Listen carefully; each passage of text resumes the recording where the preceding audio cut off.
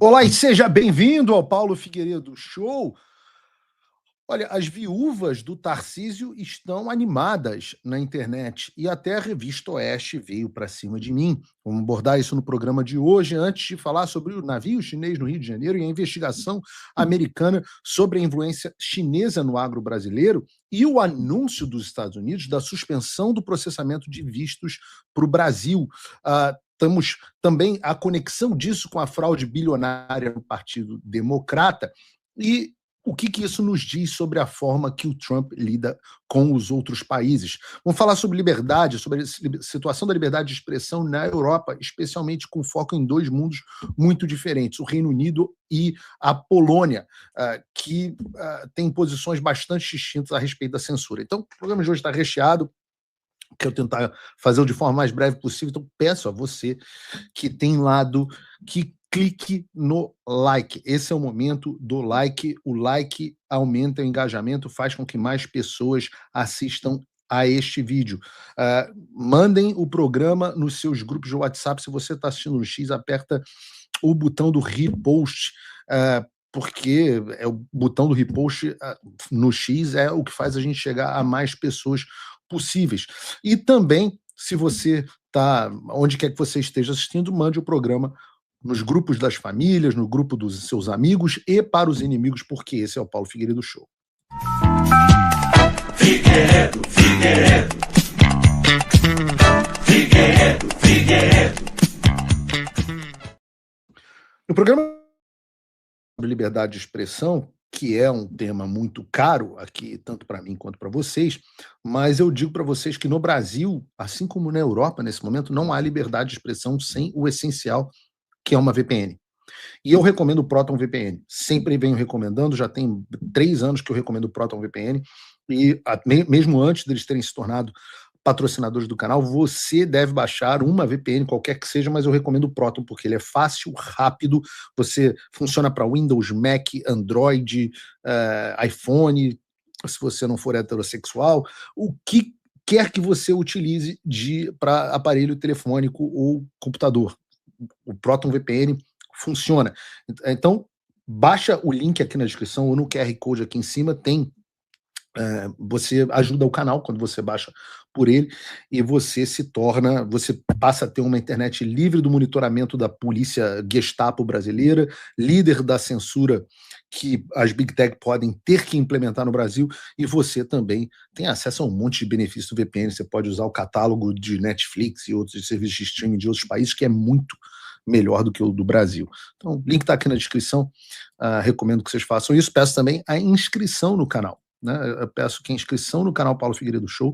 Nós estamos aqui num ano mega importante, nós estamos em um ano de eleição, um ano onde você vai ter poucos lugares que vão fazer a cobertura que nós vamos fazer aqui, com uma posição editorial clara, sem nenhuma... A primeira coisa que eu fiz, o primeiro programa do ano, foi dizer a vocês qual é a minha posição editorial. Isso é diferente do que a Globo faz, isso é diferente do que todos os veículos fazem, talvez até do que a Oeste faça, não tenho condições de opinar. Mas é certamente diferente do que todos os veículos fazem. A minha posição é: Paulo Figueiredo quer Flávio Bolsonaro presidente do Brasil. Ele considera que Flávio Bolsonaro é o grande representante do movimento nacional populista, que é um movimento que eu acho adequado para esse momento de mundo. Pode não ser o adequado para daqui a 10 anos, mas para esse momento de mundo e Flávio Bolsonaro é o homem certo para esse momento. Então, todas as notícias que vão ser comentadas, dadas aqui, mas comentadas, noticiadas e comentadas aqui no programa, serão feitas sob essa ótica. E você sabe disso. Você não sabe qual é a opinião da, sei lá, Andresa Matais, não sabe qual é a posição dela, não sabe qual é a posição do veículo dela, você não sabe a posição da, sei lá, Malu Gaspar no Globo, mas você sabe qual é a opinião do Paulo Figueiredo. Então, isso é honestidade editorial com vocês. Então, todas as notícias serão dadas sob essa ótica. Se você é simpático a essa ótica, que não será, você não vai encontrar em outros veículos, eu peço a você que se inscreva no canal. Se inscreva no canal da TV Flórida, que vai repercutir os meus programas, vai continuar passando os meus programas, no canal do Paulo Figueiredo Show, se você tem VPN no canal do Paulo Figueiredo Oficial, para você ter acesso ao programa. Se você não quer isso, você fala, não, Paulo, eu não quero, eu quero um veículo que apoie ninguém, que seja neutro, se é que isso existe. Tudo bem? Siga esse veículo. Se você, não, Paulo, eu quero um veículo que apoie o Tarcísio. Não, tudo bem. Eu quero um veículo que apoie o Lula. É a Globo. Siga nele. E se desinscreva, talvez, até do canal Paulo Figueiredo Show. Mas caso contrário, se inscreva no Paulo Figueiredo Show. Quem mais aqui no chat? Se manifestem, por favor. Quem mais quer Flávio Bolsonaro presidente, quer um programa com linha editorial clara? Coloquem aqui no chat. Porque eu começo o Paulo Figueiredo Show de hoje retomando um pouco o programa de ontem.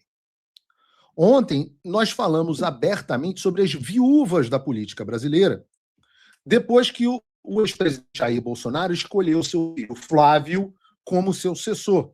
E é algo que a gente vem tratando já há algum tempo, na verdade.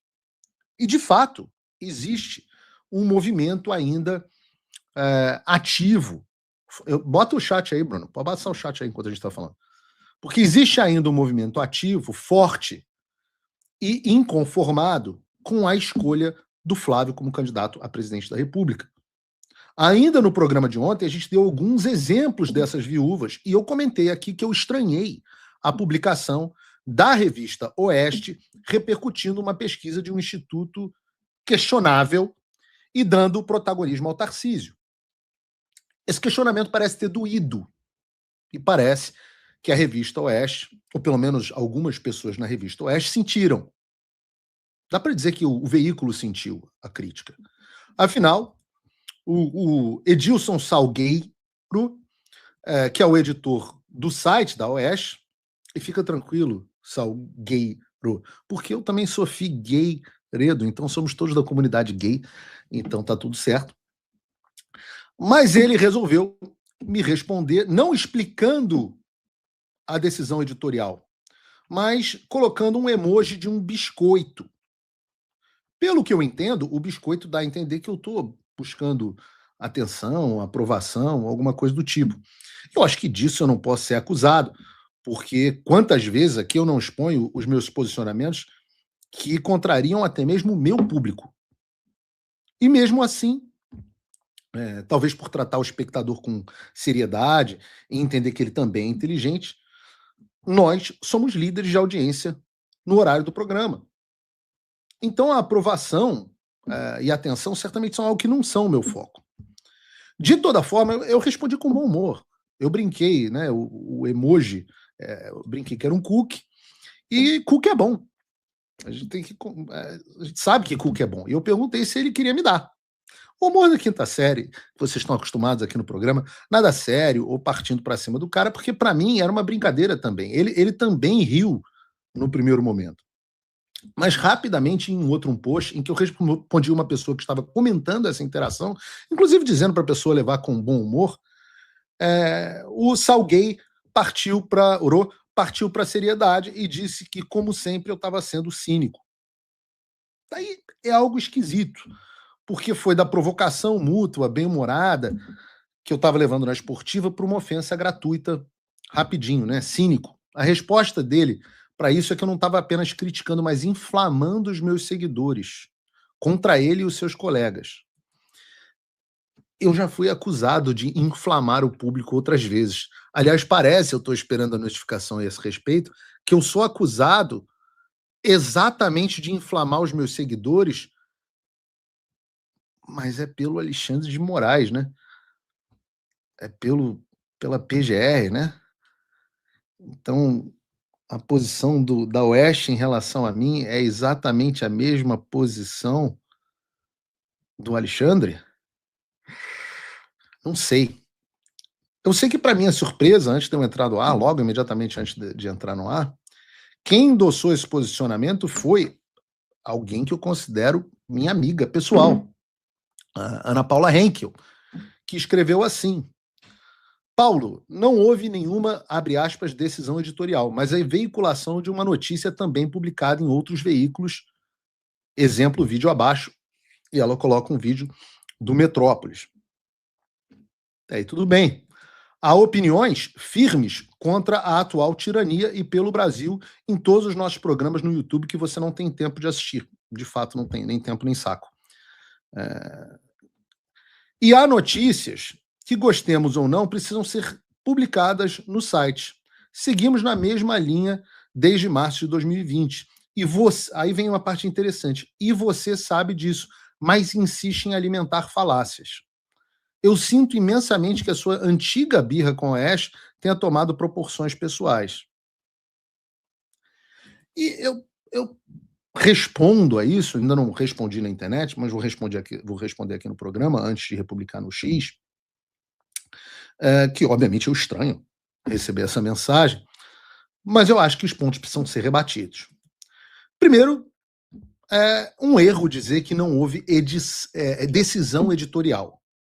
Há um erro, no mínimo, conceitual aqui. Eu acho que a Ana não está acostumada com os conceitos do jornalismo, então vale explicar. Porque a simples escolha de publicar ou não publicar uma notícia já é, por definição, uma decisão editorial. Afinal, nenhum veículo publica tudo o que acontece, e sim publica o que considera relevante para o seu público. Na verdade, o veículo publica aquilo que ele decide agendar. Daí vem o termo jornalístico de agenda setting. É a decisão do que publicar e como publicar faz parte, por definição, do que se chama de decisão editorial.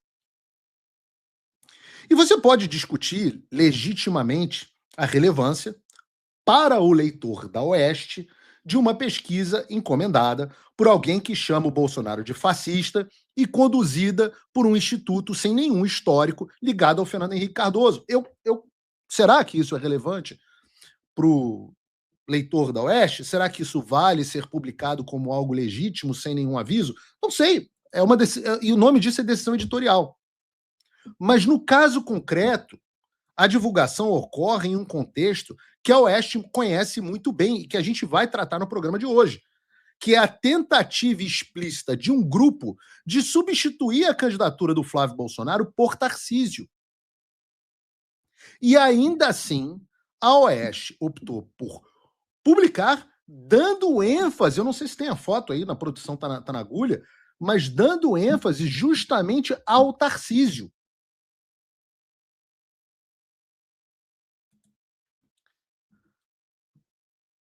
E tudo bem, goste disso ou não, é decisão editorial. É natural que o Metrópole publique esse tipo de material. Não me causaria estranhamento ler essa notícia no Metrópolis. Agora, me surpreende, porque eu descobri apenas hoje, eu sei que eu não sou um espectador assíduo, mas eu descobri apenas hoje, depois que a Ana deu o exemplo de que o Metrópolis também publicou a notícia, eu descobri hoje que a linha editorial do Oeste é a mesma do Metrópolis. Então, qual é o próximo passo da Oeste? É contratar o Noblar, a Andresa Matais? Tudo certo. Eu também acredito no jornalismo plural. Tem muita gente boa na Oeste, tem o Pavinato, tem outras pessoas boas. Tá tudo certo.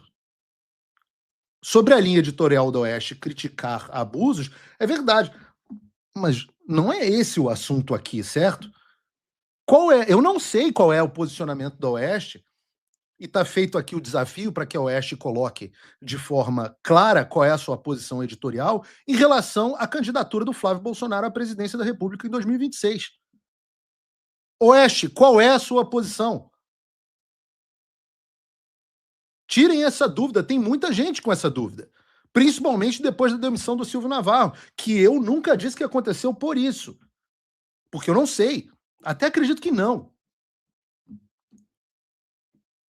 Não vou cometer aqui a inconfidência de falar o que eu conversei privadamente com outras pessoas.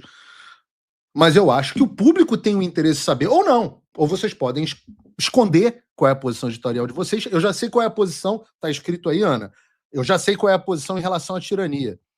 E a Oeste é muito elogiada por isso. Eu não sei qual é a posição editorial da Oeste em relação ao Flávio Bolsonaro. Pode ser porque eu não assisto os programas da Oeste, eu não assisto o Oeste Sem Sal. Não assisto. Não gosto de programa insosso.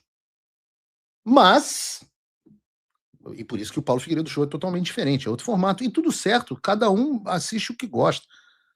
Mas eu desconheço, talvez o público também desconheça. Haja visto os comentários que eu estou vendo aqui no chat a respeito desse assunto. Veja aí, tá na tela de vocês para registrar para o histórico. Então vale esse esclarecimento. Agora, isso não é falácia. Isso não é falácia.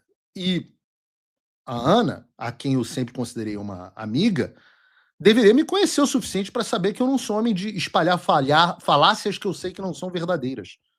Posso até espalhar uma falácia inadvertidamente. Já disse aqui quantas vezes, aliás, disse no programa de ontem, que eu não considerava, não acompanhava a visão do Kim Paim de que a Oeste era um veículo a serviço do novo, ou a serviço de uma, sei lá, direita liberal, ou o que quer que seja. Não acompanho essa visão, disse no programa de hoje, de ontem. E por isso não dá para me acusar de ser homem que espalha falácias, nem mesmo inadvertidamente. E também não sou homem de birra. E você, Ana, para você deveria saber disso. Porque quando a gente conversou pela última vez, e você levantou essa impressão, numa conversa privada, sobre a minha visão da Oeste, eu fiz questão de esclarecer com enorme atenção e carinho, e inclusive para mostrar a minha boa-fé, mostrar que essa bobagem, que eu não tenho por que ter birra com o Oeste. Os que assistem o Paulo Figueiredo Show sabem quantas vezes eu não falo assim, não, se não assinar o Paulo Figueiredo Show, assista Sinoeste, mas faz alguma coisa, se envolva. Sempre do Oeste como exemplo. Você que assiste Paulo Figueiredo Show sabe quantas vezes eu publico notícias da Oeste com crédito aqui no site, aqui no programa. E no site. Então fiz um post à época, inclusive em desagravo à revista.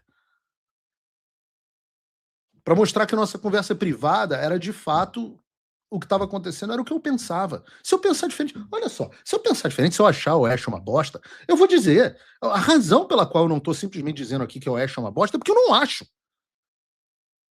Eu não acho mesmo, não acho que as pessoas devam cancelar, etc, etc. Mas eu gostaria de saber a posição editorial da revista. Se a cada crítica e cada questionamento que eu fizer, a sua opção, Ana, for partir para cima de mim publicamente, eu vou continuar criticando o que eu considero um deslize editorial. E você fique à vontade de me criticar, tá tudo certo. E eu vou te criticar de volta, e a gente vai ter um ano movimentado. Eu, particularmente, assim, eu não gosto de brigar com amigo, eu não gosto de brigar com quem eu considero. Eu não considero a Ana Paula uma má pessoa, pelo contrário, eu considero uma pessoa muito boa. E eu não gosto de brigar com ninguém que não seja canalha. Então, eu brigo com o Dr. Chilique, porque o Dr. Chilique é um canalha. Brigo com o Mr. M, porque o Mr. M é um canalha. Obviamente, Alexandre de Moraes, Gilmar Mendes, cara da JBS, sei lá o que, são canalhas. Eu não me importo de brigar com essas pessoas. Brigar com um amigo só por divergência, eu não acho muito produtivo. Não há necessidade disso. Mas se me criticar, eu vou criticar de volta e vamos embora. Eu estou acostumado com o caos. Eu nunca fujo de debate. Aliás, estou acostumado a debate. Se vocês olharem, tem muito debate meu publicamente com as pessoas. Não sei se tem muito da Ana, mas tem bastante debate meu com as pessoas. A ideia de que eu inflamo quem quer que seja contra o Oeste é muito maluca. É coisa de gente que está delirando, gente desconectada com a realidade. Eu tenho observado essa desconexão da realidade com algumas pessoas. Já disse, trago reportagem da Oeste aqui no Paulo Figueiredo Show praticamente todo o programa. Sempre falei da Oeste, já pedi ao vivo diversas oportunidades que as pessoas apoiassem financeiramente a Oeste. Já falei ao vivo no programa que não creio na ideia de que a revista Oeste seja um braço do Partido Novo. Todas as minhas críticas são pontuais, da mesma maneira como eu, e também você que está na audiência, faz a qualquer pessoa, qualquer instituição, eu sofro também. Mas devem estar passando, talvez a Oeste esteja passando por um momento difícil.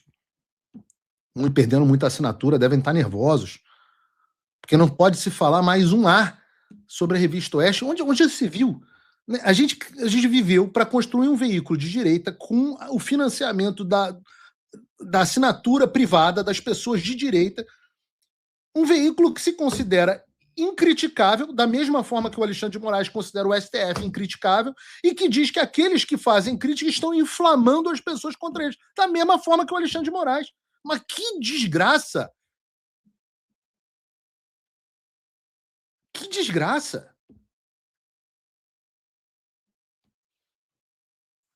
Se você, editor da revista, não aguenta ouvir uma crítica, queridão, falta casca. Ou então, a razão pela qual o editor da Oeste e a Ana Paula tenham se doído tanto assim da crítica é porque a crítica chama a atenção para algo que é verdadeiro, ainda que eles não queiram admitir. Então, deixa eu explicar a razão pela qual eu achei e continuo achando esquisito chamar a atenção para essa pesquisa. A pesquisa que eles citaram para falar que o Tarcísio estava empatado com Lula é de um instituto que ninguém nunca ouviu falar. A CEO desse instituto é uma mulher chamada Cila Schumann, que além de ter trabalhado para o Fernando Henrique Cardoso, foi também secretária de comunicação durante o governo do Roberto Requião, que é o candidato do PT ao governo do Paraná nas últimas eleições. Não somente isso, como a pesquisa foi encomendada pelo Canal Meio, que é de ninguém menos do que Pedro Doria. Pedro Doria, pô, se vocês não sabem quem é Pedro Doria, que sorte de vocês. Mas eu vou ter que dizer, Pedro Doria é um jornalista esquerdista do pior nível, autor de obras mundialmente desconhecidas, como Fascismo à Brasileira, como o integralismo, o maior movimento de extrema-direita da história do país, se formou e o que ele ilumina sobre o Bolsonaro. Não tem a capa do livro para as pessoas não perderem a oportunidade de não comprar? O dono do instituto que encomendou a pesquisa acha que o bolsonarismo é um movimento fascista. E ele fala isso explicitamente sobre o Bolsonaro. Não acreditem em mim, ouçam vocês mesmos. Curiosamente, uma situação, desculpa, está todo mundo cortando, inclusive, você me perdoe. Mas é que o que a Cila falou me lembra muito uma crítica consistente que o Chuck Todd, que é um dos analistas americanos que eu gosto mais, tem feito ao Partido Democrata. O Partido Democrata nos Estados Unidos não parece ter uma proposta que não ser anti-Trump. Não parece ter uma visão conjuntural, uma coisa. E me parece que virando o espelho, é um pouco a situação da direita brasileira, né? A direita brasileira só sabe fazer um discurso de vamos tirar o Lula. Mas não tem qualquer visão unificada de... Porque, veja, eu estou entre os que classificam o Bolsonaro como fascista, tá? Eu só estou afirmando isso para as pessoas entenderem de onde que eu venho quando eu falo. O Bolsonaro tinha uma visão de Brasil. Uma visão super reacionária, mas ele tinha uma ideia de um Brasil ideal. Ele projetava para frente um Brasil. A direita parece não saber que Brasil é esse que ela imagina que vai deixar após um governo de 4 anos. O Bolsonaro tinha muito claramente uma visão de Brasil. O Lula tem uma visão de Brasil. A gente não tem uma direita com uma visão de Brasil nesse momento, né? Fernando Henrique tinha, né? Venceu o Lula 2 vezes. Exatamente. Esse vídeo não é antigo, não, gente. Esse vídeo, Bolsonaro fascista, reacionário e tal, esse é um vídeo deles comentando, é uma decisão editorial, é um vídeo deles comentando justamente a repercussão da pesquisa que colocou o Tarcísio empatado com Lula. Essa que a Oeste resolveu repercutir. O cara tem um livro falando sobre o bolsonarismo como movimento fascista, diz que acha que o Bolsonaro é um fascista. E, ironicamente, a pesquisa que ele encomenda desfavorece o candidato do Bolsonaro. Não merece um disclaimer para o leitor de direita que assina uma revista de direita? Não é decisão editorial publicar? Como é que você pode dar crédito ou repercutir essa pesquisa, meu Deus do céu? Não, é só publicar tudo. Claro, publica tudo. Tudo que acontece é publicar. Se publicar uma pesquisa do Instituto Patinha Lésbica, vai lá e publica o Instituto Patinha Lésbica como se fosse a pesquisa mais crível do mundo. Me parece, então, que eu vou ter que mudar a minha postura editorial, e sem cinismo, meu amigo Edilson Salgueiro, porque me parece mesmo que a Revista Oeste faz parte das viúvas do Tarcísio. Faz parte, parece. Talvez não. Eu já disse, como eu acompanho muito pouco, para além do site deles, das notícias que eu publico aqui, eu deixo para você que está me assistindo, que está aí no chat, o comentário sobre o que vocês acham. A Revista Oeste faz ou não faz parte das viúvas? E deixo o desafio aqui para a Revista Oeste mais uma vez. Qual é a minha posição editorial está clara. Qual é a posição editorial de vocês a respeito da candidatura do Flávio Bolsonaro? É capaz do Estadão e da Folha e do Globo terem uma postura editorial mais clara. E assim, aqui entre nós, a gente está falando de algo muito maior. Tá? Se os movimentos das viúvas se limitassem a Oeste, estava tudo de bom tamanho. Porém, hoje é dia de treta. Porque tem viúva muito mais perto de casa do que a Oeste. Eu falo isso porque o mesmo Tarcísio, cuja última menção ao presidente Bolsonaro, caceta. Vamos de novo. Eu falo isso. Porque o mesmo Tarcísio, cuja última menção ao presidente Bolsonaro no X foi uma publicação do dia 22 de novembro de 2025. Ou seja, Tarcísio não fala sobre o Bolsonaro no X há mais de um mês. E o mesmo Tarcísio, até agora, deu um apoio muito tímido ao Flávio Bolsonaro. Porém, no dia que sai essa pesquisa repercutida pela Oeste, do Pedro Doria e do Instituto da menina do Fernando Henrique, ele resolveu publicar o seguinte vídeo. Atenção, propaganda eleitoral gratuita para você, Tarcísio. O que está aí envelheceu. Já não tem mais nada de novo e mais nada de moderno. E eu tenho certeza que o Brasil vai fazer a escolha correta. A gente está se limitando, se autocontendo, isso é uma bobagem. A gente tem uma energia gigante. E aí, são 3, 4 alavancas que a gente precisa mexer para explodir. Porque veja lá, o novo CEO vai chegar, né, e vai fazer uma reforma administrativa, vai diminuir o tamanho do Estado, vai voltar a fazer privatizações, vai economizar 3% do PIB, 3,5% do PIB. O que vai acontecer? Vai ser uma explosão de recursos vindo para cá, dinheiro para caramba, o câmbio vai apreciar, a inflação vai cair, né, a taxa de juros vai cair e a gente vai ter muito investimento. A gente vai deixar de ter acesso a um canalzinho de dinheiro aqui para ter acesso a uma avenida de dinheiro. E aí o Brasil vai dar certo. Fazendo a escolha correta, a gente vai mexer as alavancas corretas e esse Brasil vai explodir.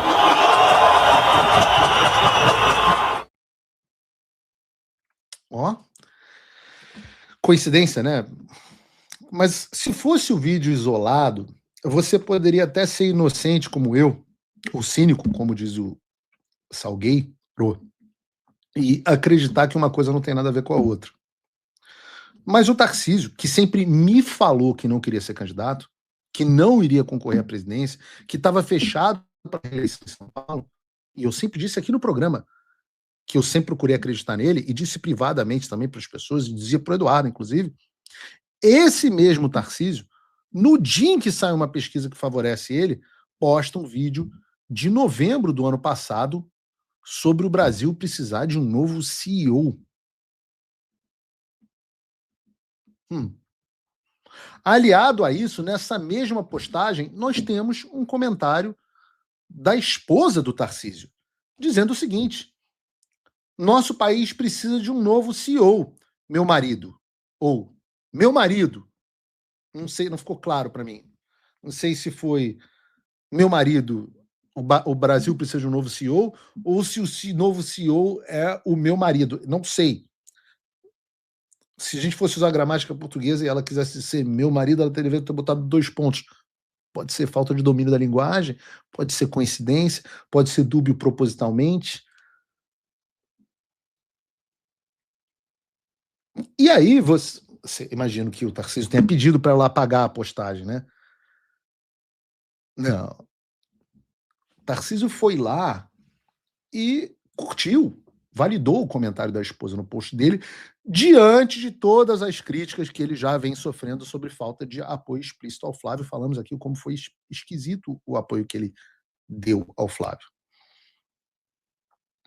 Então eu reconheço que a minha tese de que o Tarcísio não quer ser candidato a presidente está ficando difícil de defender. Porque não fala mais sobre o Bolsonaro, não diz que apoia o Flávio, no dia que sai uma pesquisa, coloca ele à frente, ele posta um vídeo falando que o Brasil precisa de um novo CEO, e a mulher dele vai lá, comenta isso, ele curte o comentário da mulher.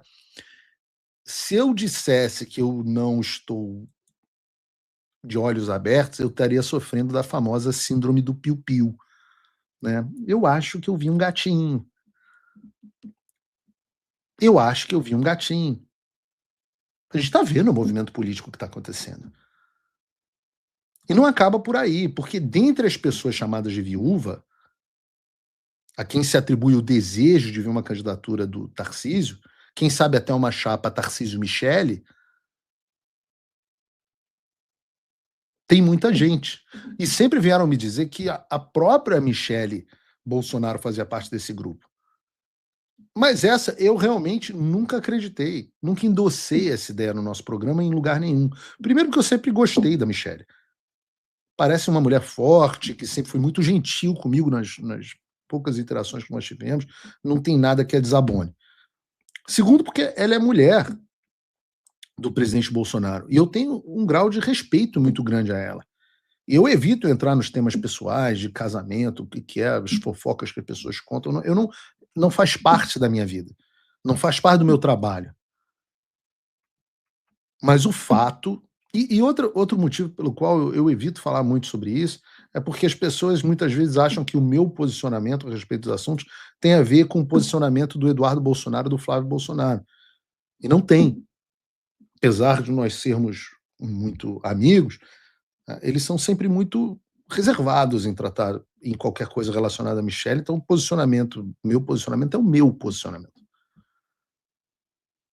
Mas o fato é que, da mesma forma que eu estranhei a posição editorial da Revista Oeste, e eu acho que ainda sou permitido, pelo menos aqui nos Estados Unidos, estranhar posicionamentos, eu também estranhei bastante o posicionamento da primeira-dama Michele, porque ela compartilhou o vídeo do Tarcísio fazendo quase que um discurso presidenciável, falando sobre gestão do Brasil, e obviamente a mídia não demorou para explorar isso, como foi o caso da Folha de São Paulo, que publicou a seguinte matéria: Michele testa a popularidade de Tarcísio nas redes, retoma viagens e sinaliza ressentimento com Flávio.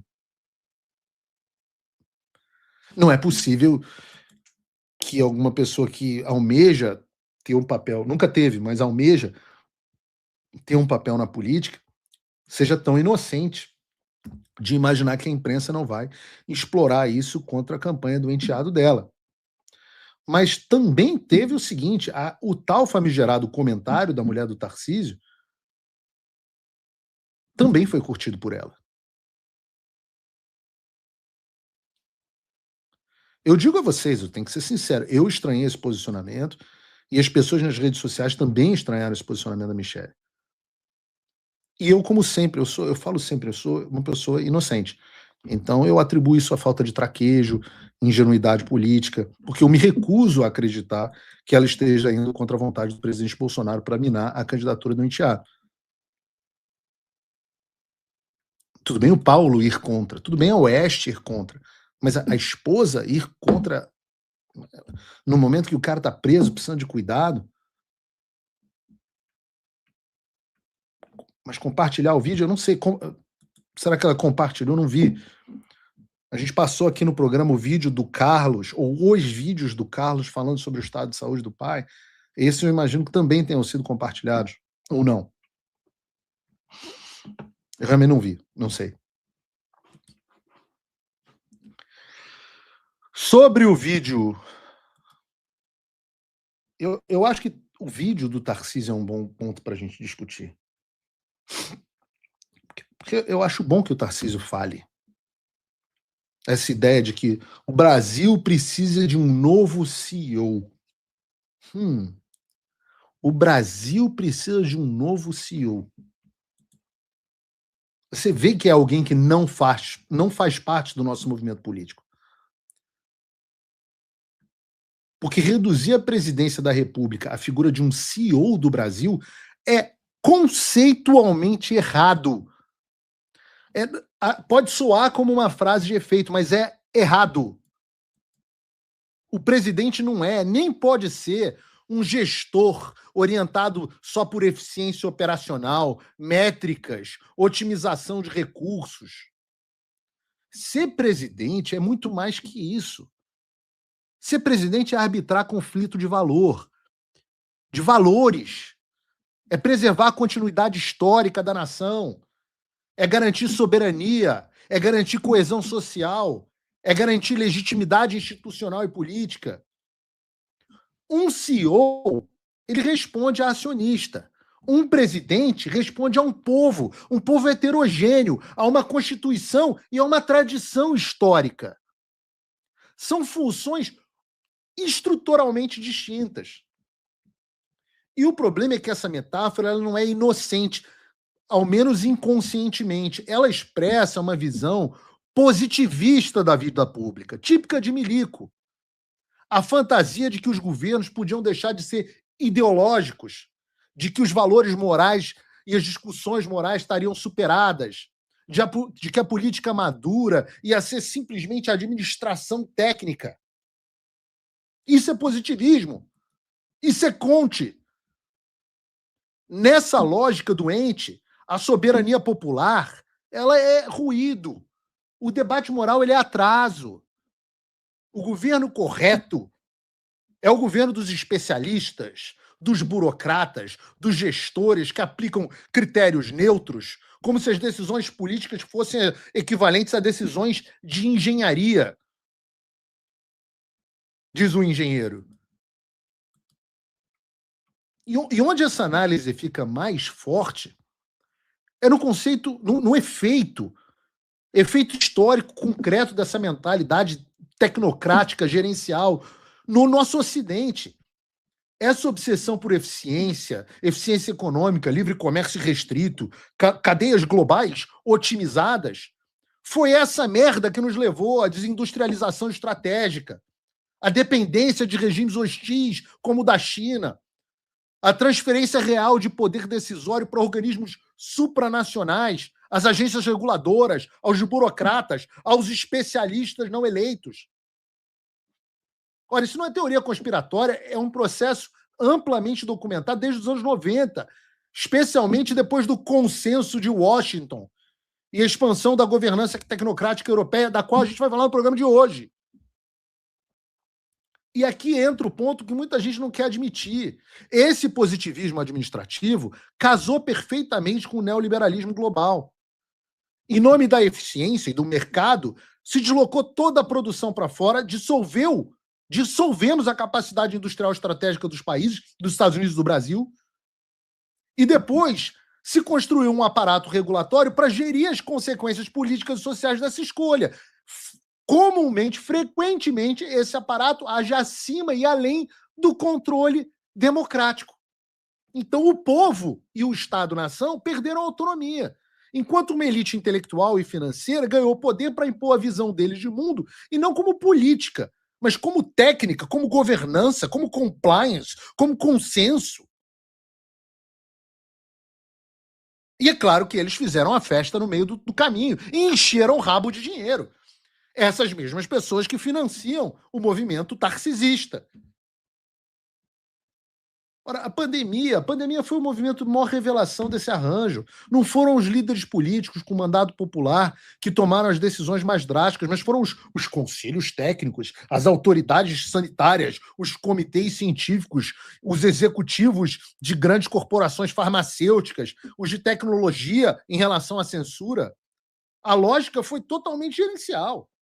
Minimizar risco estatístico, mesmo ao custo das liberdades civis, da economia real, da saúde mental, dos direitos básicos. Isso é mentalidade de boardroom. Não é política no sentido clássico. E é nesse contexto, é isso que a gente vive para combater o nacional-populismo, que no Brasil se chama de bolsonarismo, é uma reação direta justamente a isso que o Tarcísio defende. Não nasce da rejeição à competência, ou à ordem, ou à gestão, mas da recusa da ideia de que uma elite esclarecida sabe melhor do que o povo como é que ele deve viver. É um movimento antitecnocrático, antitutelar. E, num certo sentido, uma contestação até tardia desse impulso de despolitizar a política e substituir soberania popular por administração, por gestão. É por isso que essa ideia de que o Brasil precisa de um novo CEO é uma bosta. Ela reduz uma nação a uma empresa e o governo a um método. E quando você faz isso, você já aceitou o erro central, que é trocar legitimidade por eficiência, valor por métrica, soberania por governança.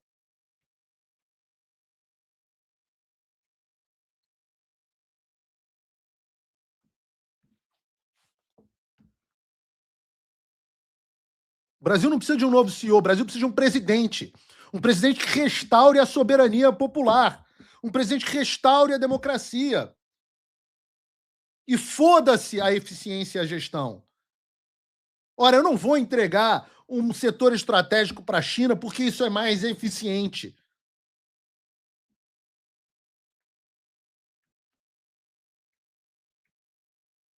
Eu não vou deixar de brigar contra aqueles que se apoderaram das instituições, porque isso traria consequências econômicas. Eu não vou trancar as pessoas em casa numa pandemia por motivos sanitários burocráticos. Tem coisas que estão acima disso, pô. Não para o CEO. Eu já fui CEO de empresa multimilionária. Minha formação, se vocês olharem aqui atrás, o meu painel com o meu currículo, eu fiz Harvard Business School, sou especialista em empreendedorismo pela Harvard Business School. Sei o que é gestão, mas não é isso que o Brasil precisa. O professor Olavo já falava essa merda, que falta que faz, professor. Cara, se o professor estivesse vendo uma bosta dessa de alguém dizendo que o Brasil precisa de um CEO, imagina o que ele estaria dizendo.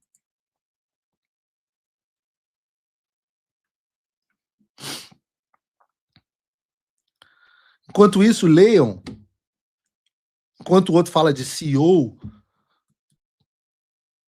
vejam o post do Carlos Bolsonaro que fala sobre a situação da tortura e da insalubridade pela qual passa o presidente Bolsonaro, o líder de vocês. O símbolo maior desse movimento, a quem o governador Tarcísio deve a sua eleição. Vejam o post, leiam o post. O próximo presidente do Brasil vai ter que lidar com essa questão. E essa não é uma questão de gestão, não é uma questão de privatização, é uma questão de ética e de valores. O próximo presidente do Brasil vai ter que peitar as elites políticas e econômicas desse país, dentro dos limites das suas capacidades, é claro, e lutar para garantir a liberdade não só do presidente Bolsonaro, mas de todos os presos políticos do Brasil. Imagina se um CEO vai fazer isso. Afinal, contraria os interesses das nossas elites produtivas. Só um bom presidente com valores estabelecidos vai fazer um troço desse. E essa é a minha posição. Essa é a minha posição editorial. O único que eu vejo com capacidade de fazer isso, com imperfeições, é claro, como eu também teria, é Flávio Bolsonaro. Eu vou falar sobre vistos dos Estados Unidos, vou falar sobre navio chinês, vou falar sobre investigação americana sobre a influência chinesa no agro, vou falar sobre um monte de coisa, mas eu quero convidar você que acredita nesta visão editorial a se tornar meu assinante, meu apoiador. Você pode fazer isso entrando em www.paulofigueiredoshow.com/apoie. E a minha assinatura é muito barata. O apoio custa pouco mais de $5 por mês, menos de R$30, se você utilizar o cupom da descrição. Todo mês, se você apoia essa posição editorial e alguém que defende esse tipo de coisa, o link está aqui na descrição. Se você vê valor nesta visão de mundo na qual eu promovo, considere também a possibilidade de se tornar meu patrono Gold, se você tiver em condições melhores.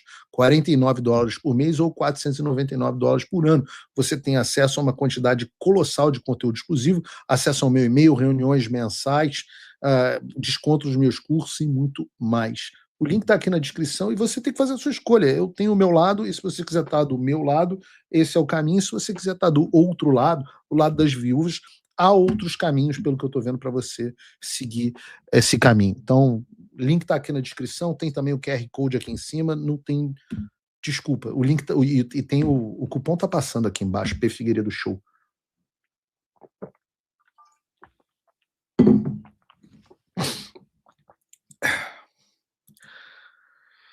Ainda na pauta nacional, mas já também falando um pouco da internacional, eu queria trazer a vocês uma notícia que tornou até certa repercussão nos últimos dias. Porque no dia 8 de janeiro, o navio hospital Ark Silk Road atracou no porto do Rio de Janeiro, do meu Rio de Janeiro, e deu início a uma visita humanitária e de cooperação internacional no Brasil. A intenção declarada da missão é oferecer assistência médica, intercâmbio profissional e atividades conjuntas com instituições brasileiras. Nada mais genérico que pareça uma história cobertura do que isso. E que a China trata o Brasil como uma terra sem lei, onde se pode tudo, isso não é segredo para ninguém. Então, por conta disso, o Conselho Regional de Medicina do Estado do Rio de Janeiro, o CREMERG, encaminhou um pedido de informações ao governo do Estado do Rio para apurar se os chineses que estão praticando medicina numa embarcação num porto brasileiro são ou não habilitados para fazê-los. E aí surgem várias perguntas também feitas pelo CREMERG. Esses caras estão ou não ofertando serviços médicos? Se estão, quem está sendo atendido? Eles estão autorizados e habilitados a exercer medicina no Brasil? Deixa eu contar um negócio para vocês. Eu conheço razoavelmente bem a China. Quando você vai à China, você vai em qualquer farmácia, sei lá, vai numa drogaria Pacheco da China, você vai ter lá os remédios ocidentais e tal, os remédios da medicina tradicional. Você tem um balcão que é só da medicina tradicional chinesa. E aí, meu irmão, pé de morcego, lagarta, meu irmão, tudo parece um negócio de bruxaria. A tal da medicina chinesa. O cara vai lá, o farmacêutico moe um pé de jabuti para você, mistura com o dente do morcego de Wuhan e aí trata a sua gripe. Porra, é um negócio horroroso. Pelo menos segundo a Secretaria de Saúde, eu não tenho nada para fazer intercâmbio com esses caras, né? Mas, segundo a Secretaria de Saúde do Rio, não está havendo atendimento médico no navio. E a visita é meramente diplomática. Só que o propósito oficial da missão é oferecer, dentre outras coisas, assistência médica. E aí eu fico perguntando, quem que está falando a verdade? E essa é uma discussão importante porque o grau da influência da China sobre o Brasil tem crescido e crescido muito. Não à toa, os Estados Unidos incluíram no projeto de lei de 2026 sobre as diretrizes das agências de inteligência americana um requerimento de investigação exatamente sobre esse tema. Vejam o que diz o texto, seção 514. Avaliação e relatório sobre investimentos da República Popular da China no setor agrícola no Brasil. Avaliação exigida. 1. Em geral, no prazo máximo de 60 dias após a data de promulgação desta lei, o diretor de Inteligência Nacional, em consulta com o secretário de Estado e o secretário de Agricultura, deverá avaliar a extensão dos investimentos da República Popular da China no setor agrícola do Brasil. Considerações. A avaliação deverá considerar o seguinte: em que medida o presidente Xi Jinping se envolveu ou dirigiu o engajamento com a liderança brasileira no que diz respeito ao setor agrícola no Brasil? B. A extensão do engajamento entre o governo da República Popular da China e o setor agrícola no Brasil. C. As intenções estratégicas de eventual engajamento ou direcionamento do presidente Xi para investir no setor agrícola do Brasil. D. O número de entidades sediadas ou pertencentes à República Popular da China que tinham investimentos no setor agrícola do Brasil, incluindo joint ventures com empresas de propriedade brasileira. E. Os impactos para a cadeia de suprimentos, o mercado global e segurança alimentar de investimentos ou de controle do setor agrícola brasileiro pela República Popular da China. B. Relatório exigido. Em geral, no prazo máximo de 90 dias após a data da promulgação dessa lei, o diretor deverá apresentar aos comitês de inteligência do Congresso um relatório detalhado à avaliação exigido pela subseção A. 2. Forma. O relatório exigido pelo parágrafo 1 deve ser apresentado em forma não classificada, ou seja, pública, podendo incluir um anexo classificado. Interessante, porque se a gente tiver acesso, a gente vai saber o tamanho da extensão que a China tem no setor agrícola brasileiro. C, definição de setor agrícola. Para os fins dessa seção, o setor agrícola significa qualquer infraestrutura física, produção de energia ou terra associada à produção de culturas agrícolas. Então, dentro dos próximos meses, a gente deve ter uma avaliação oficial dos Estados Unidos sobre esse investimento da China no agro brasileiro. Quais são as intenções da China ao investir nesse setor? Quais são as empresas chinesas que investem no agro brasileiro? E quais são os impactos disso para o mercado global e para os Estados Unidos? Então, não pensem que os próximos meses vão ser de inação e passividade. Muito pelo contrário, tem muita coisa acontecendo e possibilidade de exercer pressão.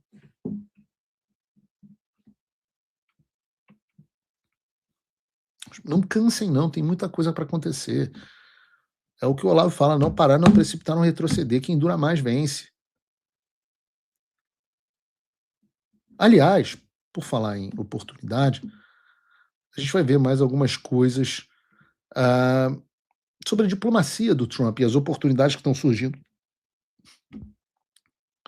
Isso porque na parte da manhã, enquanto a gente estava falando, discutindo qual seria a pauta do programa de hoje, eu recebi uma notícia muito interessante de que os Estados Unidos estavam suspendendo os processamentos de vistos para 75 países, incluindo o Brasil.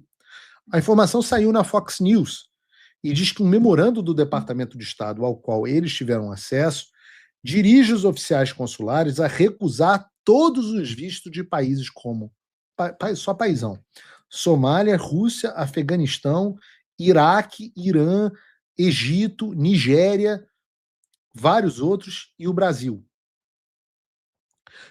Os vistos ficariam suspensos até que o departamento consiga reavaliar os procedimentos necessários para esses países. É uma suspensão que vai valer a partir do dia 21 de janeiro e vai continuar por tempo indefinido até que o Departamento de Estado diga o contrário. E aqui cabem algumas considerações para vocês. A notícia que a gente acabou de dar aqui tem que ser entendida a partir de um contexto maior. Porque essa não é, de fato, uma política destinada ao Brasil, o que é evidente, porque tem outros 74 países na lista, e as pessoas têm que entender por que os Estados Unidos estão fazendo isso. Isso está acontecendo no contexto do escândalo de benefícios sociais que estavam sendo dados aos somalianos, sobretudo lá em Minnesota, o paraíso da esquerda. E, claro, é um escândalo envolvendo o Partido Democrata, que fez um esquema padrão PT, de bilhões de dólares. E eu não sei por que a imprensa brasileira quase não tem falado sobre isso, mas nos Estados Unidos esse é o grande assunto sendo discutido em todos os jornais. Talvez a Revista Oeste tenha publicado no Brasil, não vou falar aqui, não vou dizer que não. Mas em resumo, o estado do Minnesota tinha um programa cujo objetivo era manter crianças devidamente alimentadas durante a pandemia. E a esquerda é sempre assim, né? Ela vem de uma boa intenção. As criancinhas precisam comer na pandemia porque nós estamos fechando tudo, então elas precisam da ajuda do Estado para comer.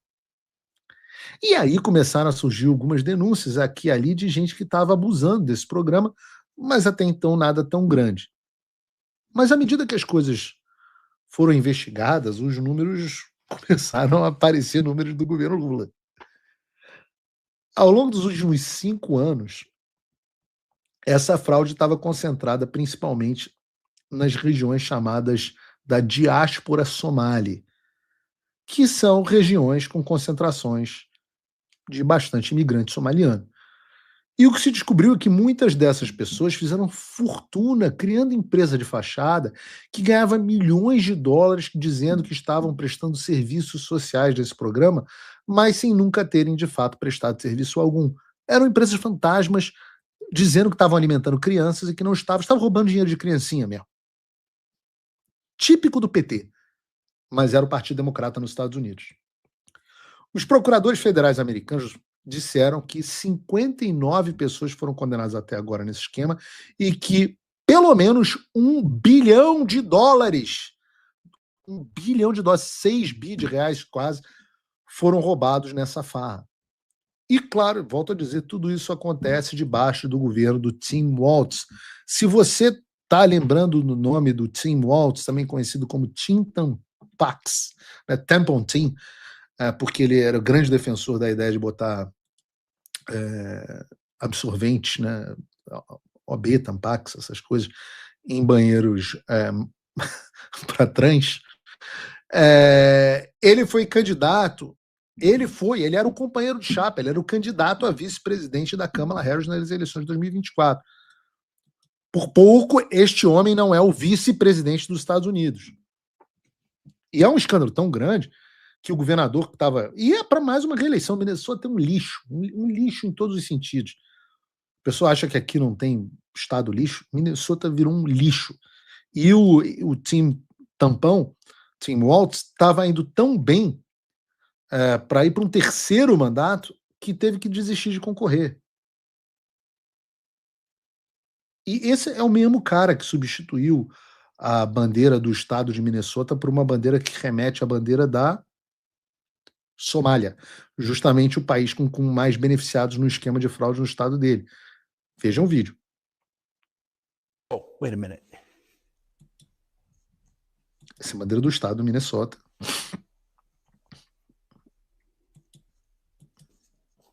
E ele substitui. Que coisa linda. There, that's better. Que coisa. Ah, melhorou, né? Que coincidência. Veja, a nova esquerda, nova bandeira. Bota aí o vídeo. Whoa, wait a minute. Vou botar aqui no final. Bota no final aí pra mim, Bruno, que eu não consigo. There, that's better. Essa bandeira à esquerda, a nova bandeira do Minnesota que o Tim Walz aprovou, e a bandeira da Somália, que é justamente onde estavam tendo os roubos. E essa revisão do Trump, voltando à questão dos vistos, essa revisão do Trump na questão dos vistos, vem dessa tensão imigratória que foi causada nos Estados Unidos por conta do escândalo envolvendo os somalianos. E o Trump está deportando imigrantes para cacete, e ao mesmo tempo que o tráfico e criminalidade desabaram, homicídios nos Estados Unidos caíram 20% esse ano, a maior queda da história. Né? O número de overdoses nos Estados Unidos teve uma queda também de mais de 20%, pela primeira vez na história houve queda. Os cruzamentos ilegais de fronteira praticamente acabaram. E qual o problema? O problema é que isso está matando a galinha dos ovos de ouro do Partido Democrata. E a galinha dos ovos de ouro era o seguinte: os democratas tinham essa política de trazer o máximo de pessoas possível para os Estados Unidos, colocar essas pessoas em programas de auxílio do governo, e para isso tem duas razões. A eleitoral, que obviamente, ao longo prazo, essas pessoas vão acabar virando cidadãos americanos e alterando a demografia dos Estados Unidos, e essas pessoas eventualmente viram eleitores do Partido Democrata. Mas a financeira é que os caras estavam enchendo o bolso de dinheiro em esquemas de corrupção com esses auxílios. E esse esquema foi descoberto, está sendo investigado, daí vem a ideia do Trump. Porque o cara da Somália não necessariamente cruzou a fronteira, ele foi recebido, e muitas vezes com TPS, com o status temporário, proteção de status temporário. Eu, particularmente, acho que essa questão da suspensão dos processos de visto não vai durar muito. Você que é cliente da Imigrex, você está querendo contratar a Imigrex, inclusive, digo a você, não se preocupe. Primeiro que a gente não sabe a extensão, se isso vai ser só para quem representa um risco de public charge, ou seja, alguém que representa um risco de depender dos Estados Unidos, o que não valeria para EB1, EB2, é para a maior parte dos vistos. Segundo, que se você começar o seu processo agora, isso é só para visto, não impede a avaliação dos I-140. Então, você começar o seu processo migratório agora, você só vai lidar com visto daqui a, sei lá, 1 ano, 2 anos. Então, não se preocupe com isso, que até lá eu acho que esse troço já caiu. O Trump, e eu não sei, de novo, não sei a extensão, porque o Trump faz isso, cria um choque imediato para destruir uma estrutura vigente e as coisas voltam de forma mais ordenada. Então, eu acho que a América vai continuar de braços abertos para você, imigrante qualificado. Mas me chama a atenção também a lista dos países nos quais o Brasil está junto. Essa proibição de visto, ela mostra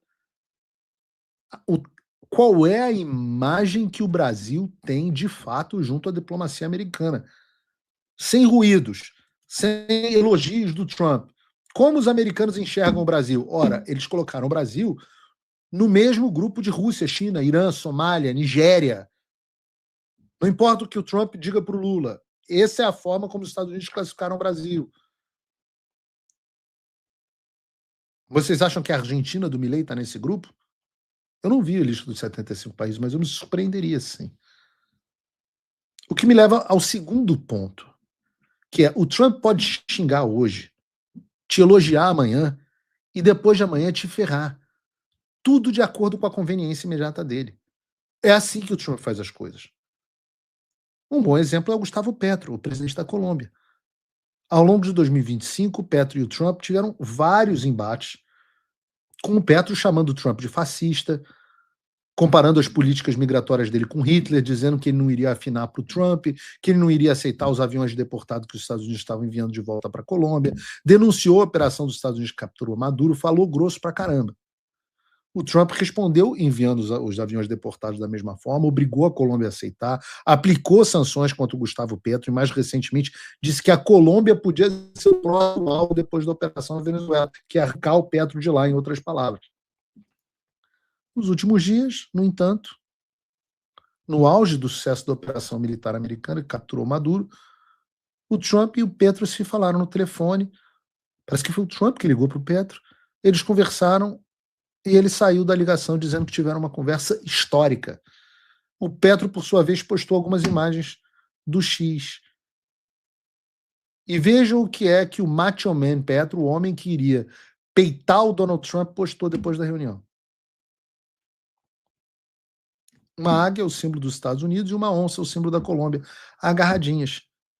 Isso, meus amigos, é a diplomacia Trump. O mesmo aconteceu na Venezuela. Muita gente criticou a opção do Trump por manter Delcy Rodrigues no poder, mas a verdade é que muita coisa já começou a mudar já na Venezuela. Ontem a gente trouxe as notícias de que os presos políticos foram libertados, inclusive os americanos. Hoje nós temos mais duas notícias. A primeira é de que os Estados Unidos confirmaram que a Venezuela já começou a soltar cidadãos americanos que estavam presos, ou seja, já se concretizou. E a segunda é que a Venezuela já duravam, aí Alexandre de Moraes, mais de um ano sobre o funcionamento do X no país. Ou seja, mais venezuelanos com acesso à informação e com liberdade para se expressar nas redes sociais. E isso é ganho real. Muita gente ainda tem dificuldade de entender como o Trump lida com a política, e ele funciona assim, com incentivo, com afago e porrada o tempo inteiro. Isso, na história americana, é conhecido como a política do Big Stick, na sua melhor representação. O presidente Teddy Roosevelt, que eu sempre digo aqui, que talvez seja o meu presidente predileto dos Estados Unidos, né, falava talk softly but carry a big stick, né, ou seja, fale suavemente, gentilmente, mas carregue um grande porrete. O Trump te elogia e carrega um grande porrete. Ele bota e tira a mão o tempo inteiro. Ele aplica pressão, ele tira pressão. Ele chama para negociar, ele ameaça. Ele fecha o acordo. O Petro foi de falar grosso com ele para postar meme bonitinho no X. O Trump bota o cara para falar fino e depois estende a mão para a pessoa e fecha a negociação. A ideia de que o Trump e o Petro podem, inclusive o Trump e o Petro, podem até se encontrar pessoalmente na Casa Branca nos próximos meses, que é o mesmo que ele está prometendo com o Lula, algo que era impensável há pouco tempo. E a moral da história é que o Trump não tem nenhuma questão pessoal, não toma ofensa para si. Ele é absolutamente pragmático em relação aos interesses do momento. Se é bom para ele, ou para os Estados Unidos, ele negocia com Lula, com Petro, com Putin, com Xi Jinping, com quem quer que seja. E apesar de algumas pessoas interpretarem isso de maneira negativa, a verdade é que esse é um ponto que pesa muito em nosso favor. Aqueles que estão achando que o Lula e o Trump são os melhores amigos, eu sinto a dizer, mas se o interesse dos Estados Unidos em relação ao Brasil mudar, a relação muda também. O que hoje é uma forma, amanhã não é mais. O que hoje é improvável, amanhã já não é mais. Nós estamos trabalhando nisso, demonstrando os alinhamentos que o Brasil tem feito, ressaltando os últimos eventos, inclusive de política internacional, como o petróleo russo, as relações que o Brasil mantém com o Irã. Tudo isso à espera de uma oportunidade. Só faz gol quem está na área, meu amigo. Só faz gol quem está posicionado. Eu digo que quando a bola já chegar no nosso pé, quando a bola cair no nosso pé, a gente já vai estar embaixo da trave e vai empurrar para o gol. Foi assim que a gente conseguiu tudo até agora, contra Joesley Batista, contra o lobby da Fiesp. E é assim que a gente vai continuar agindo. E se você é simpático a essa ideia e acha que ela deve continuar, eu convido você a se tornar meu apoiador. Você pode fazê-lo entrando em www.paulofigueiredoshow.com/apoia. Lá você faz numa transação, precisa de um cartão internacional, um cartão de crédito normal seu, você vai fazer uma transação absolutamente segura para você e você vai, com a quantia de $5 por mês, se você quiser ser só apoiador, ou $499 por ano, se você quiser ser patrono Gold, se tornar meu assinante e apoiar o meu trabalho. Eu vou te dar uma penca de conteúdo exclusivo por conta disso. Tem um QR Code aqui em cima e eu convido você a fazer isso agora. Não espera não, senão você vai esquecer. Muita coisa para falar ainda, mas eu vou deixar para a gente falar amanhã, porque amanhã nós estaremos juntos às 3 horas da tarde para mais um Paulo Figueiredo Show, que é um oferecimento de vocês, meus apoiadores. O programa aqui conta com a edição do João Gabriel, a edição de vídeo do Bruno Bart e o apoio editorial da Mika Spakoski. Deus abençoe o Brasil, Deus abençoe a América e até amanhã às 3 da tarde. Figueiredo, Figueiredo.